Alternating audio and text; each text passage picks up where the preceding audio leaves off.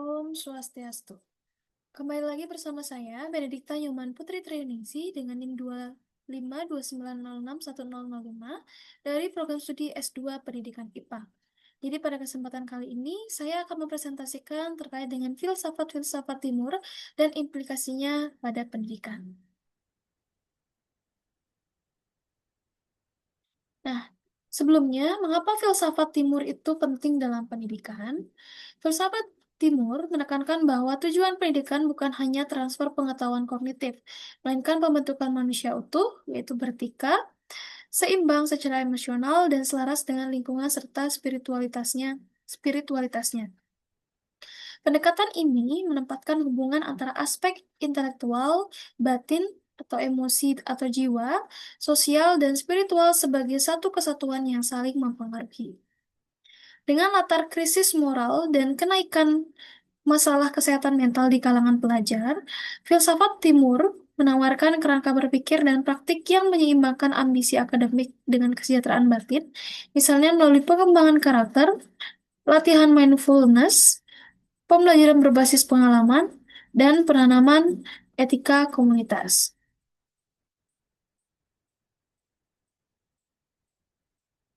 Nah, kita masuk pada filsafat India, itu pokok ajarannya. Yang pertama yaitu pokok ajarannya. Moksa atau pembebasan. Itu merupakan tujuan akhir kehidupan adalah pembebasan dari siklus kelahiran hingga kematian atau samsara.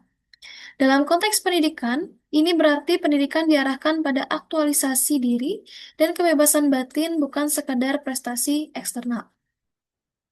Kemudian ada praktik spiritual dan etika. Penekanan pada meditasi, disiplin diri, pengendalian indera, serta moral atau ahimsa atau kejujuran sebagai sarana transformasi. Kemudian ada integrasi teori dan praktik. Pengetahuan harus diikuti praktik yang mentransformasikan perilaku dan batin. Kemudian ada aliran utamanya. Yang pertama ada Advaita Vedanta atau Adi Sankara. Ini menyatukan kesatuan Atman Brahman. Implikasi pendidikan, menanamkan rasa keterhubungan universal, melatih siswa melihat diri bukan hanya sebagai individu terpisah, melainkan bagian dari lingkungan yang lebih besar atau mengurangi egosentris. Kemudian ada Buddhisme atau yang disebut dengan Siddhartha Gautama. 4 kebenaran mulia dan jalan berunsur 8. Implikasi pendidikan, yaitu ajaran tentang sumber penderitaan atau nafsu keinginan, dan teknik praktis, yaitu mengelola emosi, seperti mindfulness dan refleksi. Nah, ini direlevansikan ke program SEL, yaitu Social Emotional Learning. Kemudian ada Jainisme atau Mahavira. Jadi ajaran ahimsa ini tidak menyakiti sebagai praktik utama. Pendidikan moral yang menekankan empati, etika, lingkungan, dan tanggung jawab terhadap makhluk lain. Lanjut yaitu filsafat Tiongkok. Ada Konfusianisme, Taoisme, dan akulturasi Buddhis. Yang pertama ada Konfusianisme. Jadi inti ajaran ini adalah Ren atau kemanusiaan atau berperi kemanusiaan, kemudian Li atau tata krama atau etika, dan Xiao yaitu bakti kepada orang tua. Jadi pendidikan fokus membentuk kebajikan sosial dan tanggung jawab peran. Peran guru adalah teladan moral, digugu dan ditiru, diikuti dan ditiru. Guru bertindak sebagai model perilaku dan pembimbing karakter. Kemudian praktik di sekolahnya, pengajaran nilai lewat cerita sejarah atau biografi teladan, layanan masyarakat, pembelajaran kelompok atau kooperatif untuk melatih tanggung jawab sosial.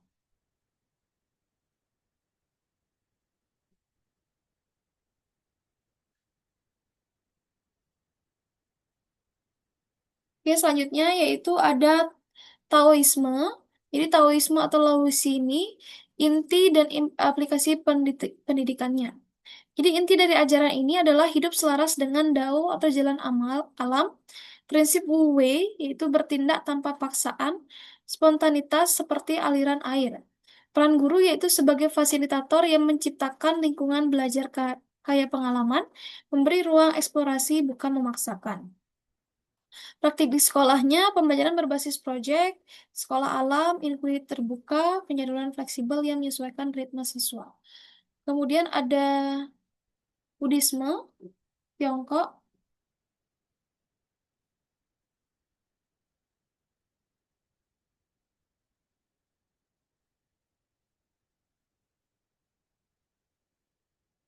Oke, ada Buddhisme ya, Buddhisme Tiongkok dan Neo-Konfusianisme. Jadi sintesis yaitu meditasi Buddhis, etika Konfusianisme dengan keselarasan Tao, menekankan pengembangan kebijaksanaan praktis, pengendalian diri, dan rasa tanggung jawab komunitas. Praktik di sekolahnya yaitu kombinasi program SEL, latihan konsentrasi atau meditasi singkat, kurikulum karakter yang meliputi etika dan spiritualitas non sektarian. Lanjut, eh lanjut ada kelebihan dan kelemahan dari filsafat timur. Kelebihannya yaitu pendekatan holistik, dia menggabungkan dimensi kognitif, emosional, spiritual sehingga membentuk siswa yang seimbang. Contohnya ada kurikulum yang menyertakan literasi emosional dan kegiatan pengembangan diri. Kemudian ada transformasi melalui praktik. Ini menekankan latihan nyata, meditasi, proyek sosial, bukan sekadar teori. Praktik berulang membentuk kebiasaan baik. Kemudian ada introspeksi dan kesehatan mental. Jadi ini tradisi introspektif cocok untuk program pencegahan kecemasan dan stres. Kemudian ada etika komunitas dan welas asih. Jadi mempromosikan kebersamaan gotong royong dan kepedulian sosial, bentuk pendidikan warga negara yang bertanggung jawab. Adapun kelemahannya yang perlu mitigasi dalam pendidikan modern, yaitu kurang empiris atau ilmiah. Jadi beberapa konsep berbasis pengalaman batin sulit diuji ilmiah. Solusinya adalah memadukan praktik tradisional dengan evaluasi berbasis bukti. Misalnya penelitian tindakan kelas atau ada mindfulness. Kemudian potensi pasif terhadap ketidakadilan. Jadi ajaran takdir atau fatalisme bisa menekankan inisiatif sosial. Jadi guru perlu menekankan tanggung jawab kolektif untuk perubahan sosial. Nggak ada kolektivisme yang menekankan kebebasan individu. Jadi ini beresiko membungkam aspirasi individu, solusi menyeimbangkan nilai komunitas dan pengembangan kreativitas dan kebebasan berekspresi. Dan keterkaitan erat dengan agama atau tradisi. Jadi dapat problematik di konteks multikultural atau sekuler. Solusinya adalah mengajarkan nilai-nilai universal, welas asih, disiplin, refleksi secara non-dogmatis dan bersifat lintas agama.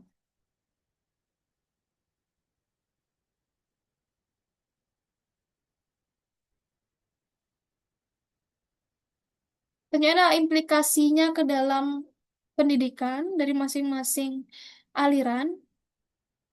Yang pertama yaitu Konfusianisme atau pendidikan karakter terstruktur. Jadi pendidikan karakter itu fokusnya pada etika dan tanggung jawab sosial. Kemudian guru menjadi model perilaku dan panutan moral. Pembelajaran berbasis kelompok atau cooperative learning, kegiatannya studi sejarah, layanan masyarakat, dan refleksi nilai. Kemudian membentuk peserta didik yang sopan, disiplin, dan berakhlak. Kemudian ada Taoisme. Jadi ini pembelajaran berbasis pengalaman langsung dan alam. Guru berperan sebagai fasilitator yang memberi ruang eksplorasi. Model belajar project based learning dan inquiry learning. Penilaiannya portofolio, observasi, refleksi.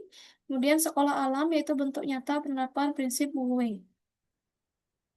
Lanjut ada Buddhisme, tujuannya untuk membebaskan diri dari penderitaan melalui kebijaksanaan. Di guru membimbing penilaian emosi dan pikiran positif. Penerapan yang di sekolah yaitu social emotional learning atau SEL, program anti-bullying dan ulas asih, jurnal reflektif dan latihan mindfulness, sehingga hasilnya siswa lebih sadar diri, empatik, dan damai. Kemudian ada Hinduisme, tujuannya untuk mencapai moksa melalui pengenalan diri dan spiritualitas. Guru berperan sebagai mentor dan pembimbing spiritual. Tridik holistik menyimbangkan aspek intelektual dan nilai hidup. Penerapannya yaitu melalui program tutor sebaya atau mentoring, refleksi diri dan aktualisasi potensi siswa, dan pendidikan menjadi sarana pencerahan dan pengembangan jiwa. Nah, adapun relevansinya untuk pendidikan Indonesia, jadi nilai-nilai Timur ini sejalan dengan profil pelajar Pancasila, di mana REN itu adalah gotong royong dan empati, Wu Wei itu mandiri dan kreatif, mindfulness itu beriman dan berakhlak mulia. Nah, ini cocok diterapkan melalui kurikulum Merdeka, di mana pendekatan holistiknya itu mengembangkan keseimbangan akademik dan karakter, di mana sekolah perlu mengintegrasikan nilai-nilai humanis dalam pembelajaran.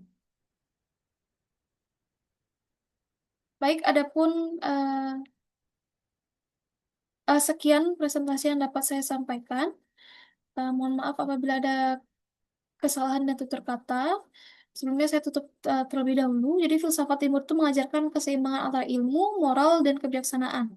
Jadi pendidikan bukan hanya mencetak siswa cerdas, tetapi juga bijak dan berperi kemanusiaan. Guru berperan penting sebagai teladan, fasilitator, dan pembimbing nilai. Nilai-nilai timur relevan untuk membangun generasi berkarakter dan berjiwa luhur. Kemudian pendidikan sejati adalah perjalanan menuju kebijaksanaan.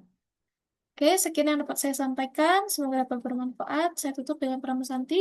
Om Santi Santi Santi Om.